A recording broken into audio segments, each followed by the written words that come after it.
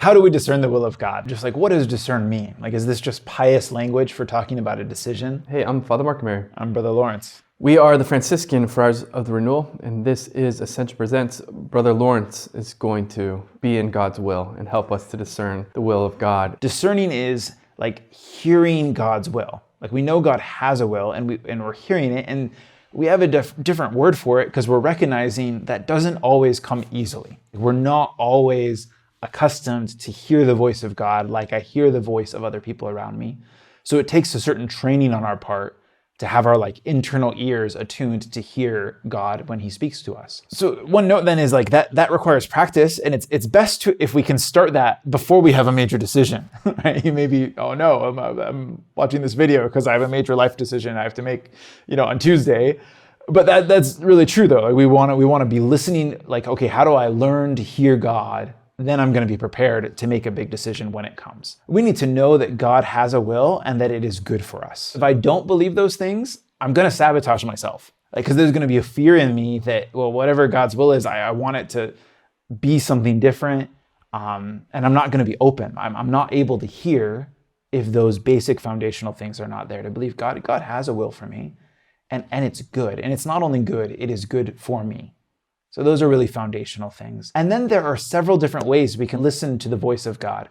One I would say is a bit more subjective or experiential. And sometimes, Ignatius says, sometimes it's just obvious to people. But if it's obvious to us, we're not going to be, clicking on videos about discerning the will of God. More often there's patterns in the way God speaks to us. And this is where we can talk about consolation and desolation. What it comes down to, I think, is this. We can learn to recognize what God's voice sounds like, what the enemy's voice sounds like, and what our own voice sounds like. And so that takes some practice. This is where it's helpful to have another person who knows me well, who I can kind of share some things with, and they can say, that kind of sounds like you, but that's the journey. It's learning to distinguish those three voices and being attentive. I found it very helpful when I have been confronted with big decisions to just have a set of time.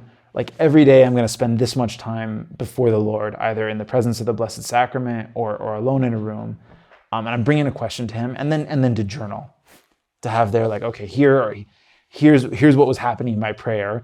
And, I find, okay, you step back 30 days, 40 days, it's easier to recognize patterns over a period of time like that than it is in just one day. And I've found definitely easier to recognize, okay, this seems to be God's voice. This seems to be my voice.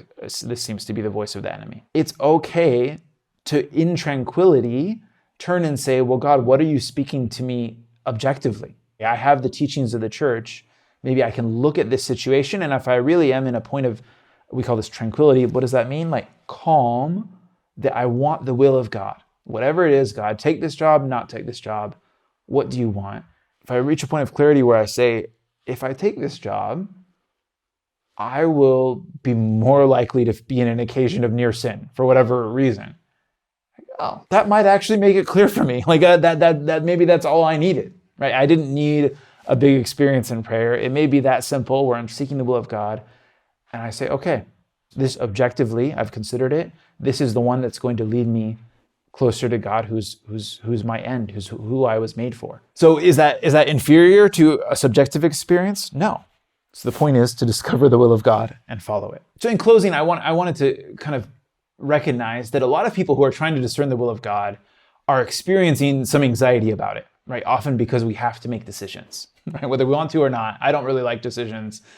They come to us, we have to make them. So I just want to return to those foundations and then give you an image, right? One is, okay, does God have a will for you? Yes. Is his will for you good? Yes. Are you probably sometimes somewhat deaf to God's voice? Probably yes. But there's good news because he is patient and merciful and persevering. Sometimes I've been in the subway and there are these horrible speaker systems, right? So they make an announcement and it can be kind of anxiety inducing because I think, wow, I hope that announcement had nothing to do with my physical safety and requires no action on my part, because I really did not understand what they were saying. Someone in authority is saying something and I cannot understand it. But then also maybe some of you have had the experience of living maybe in your family with someone who's a bit hard of hearing, who's getting older. And it's very different because sometimes you can see on their face they didn't really get it. They didn't really hear you. Well, what do? You repeat it.